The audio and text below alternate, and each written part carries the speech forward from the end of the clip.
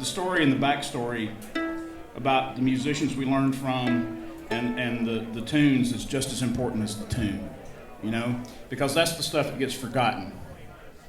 The history of the tunes, what it means to people, what certain tunes mean to people, that's what gets forgotten, and we like to tell those things.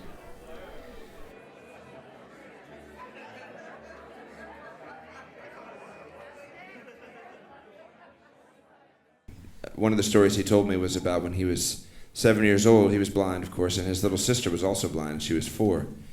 And typical of Doc, he had made and rigged up this pulley to pull himself up into a cherry tree to get cherries, even though he was just that age. And his little sister was down there beneath the tree, and she said, "Throw me some of those cherries." You know, and he said, "I'm blind and you're blind, and the chances of you getting any cherries if I throw them at you are pretty slim. You know, between us, I don't think it's going to work out. You know." So what he did is he got down and he put her. She was only 4 years old. He put her in this pulley and pulled her up into the tree. And then she was up in the branches in the tree, and she heard the wind blowing through the leaves. And being blind, you know, she never thought she'd hear that. And she said that. She said, "The wind blowing in the trees, it's a sound I never thought I'd hear in all my life," you know. And Doc would tell a story, and he'd just say, "I wouldn't take $1 million for that." And he really meant it. He really did. It was beautiful. He had his priorities and what matters in life so solid and so right on. And you know, that moment he would tell that story and just give you the chills and make you think about your own life and where your own priorities were. You know, was really a powerful person that way. Yeah. Well, he used to tell about his mother. He said when he was a little boy, his mother, in order to get some work done around the house, she would sing songs to him. And this is one of those songs that we're about to do. But I want to tell you this other little quick thing. Doc called me up one day and he says, "Son, it's about time we made some music." I said, "All right, Doc, I'll come get you. Or I'll come up there."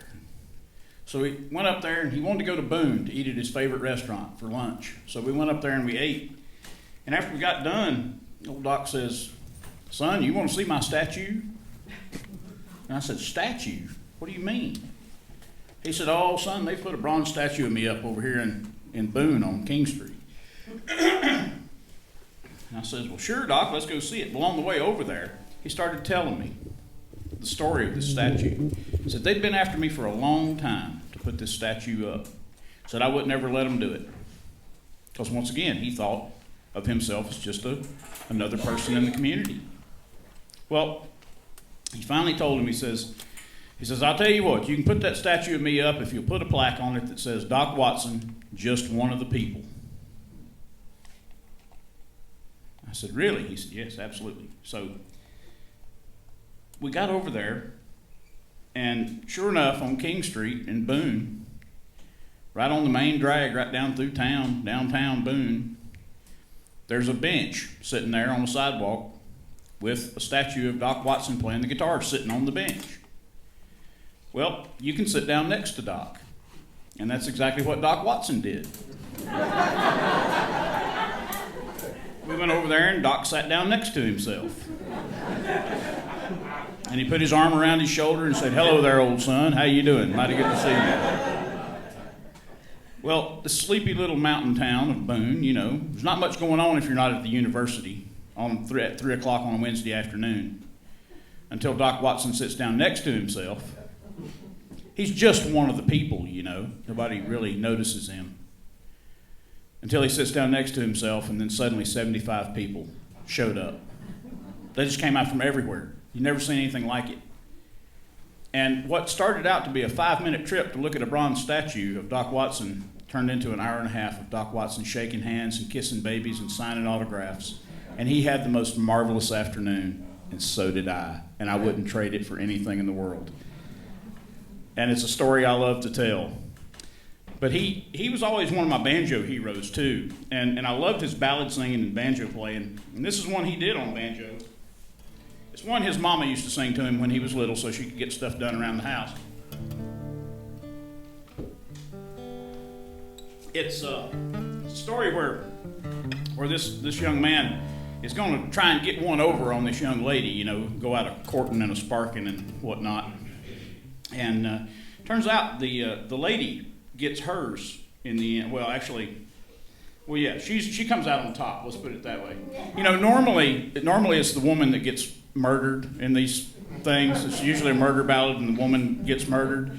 And in Western North Carolina, they call those love songs. They do. But this one is called Katie Morey. I hope y'all enjoy it.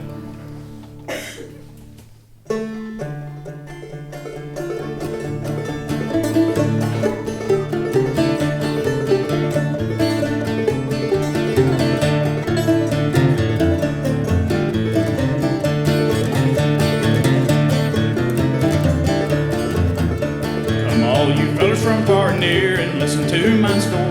Gonna tell you about the plans I made for Miss Katie Morey to the Rattlesnake P-I-A-R-I-O.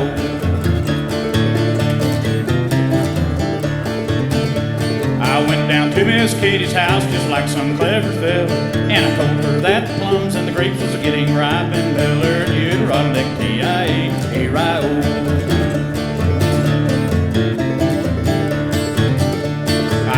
That sister Nan that lived in Yander's Holler had sent for her to come down there and stay 1/2 an hour to the Rattlesnake P-I-A-R-I-O.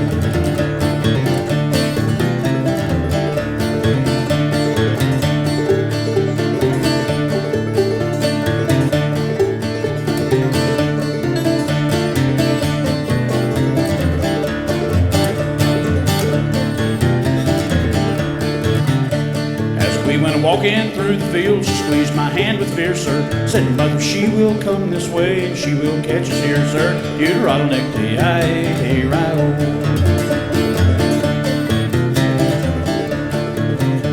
If you will climb up Yander's tree and see if she is near, sir, well, then we'll go to that pretty grove and sport in court an hour to the Rattlesnake P-I-A-R-I-O.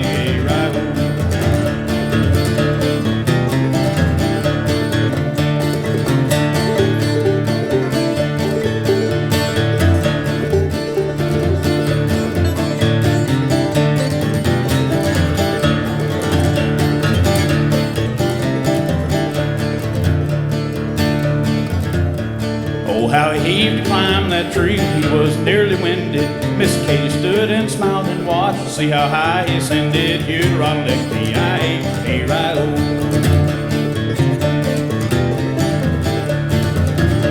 His heart was a-pumping in his chest, and the tree was gentle swaying. Miss Katie stood and he looked down and heard what she was saying. You the Rattlesnake P-I-A-R-I-O.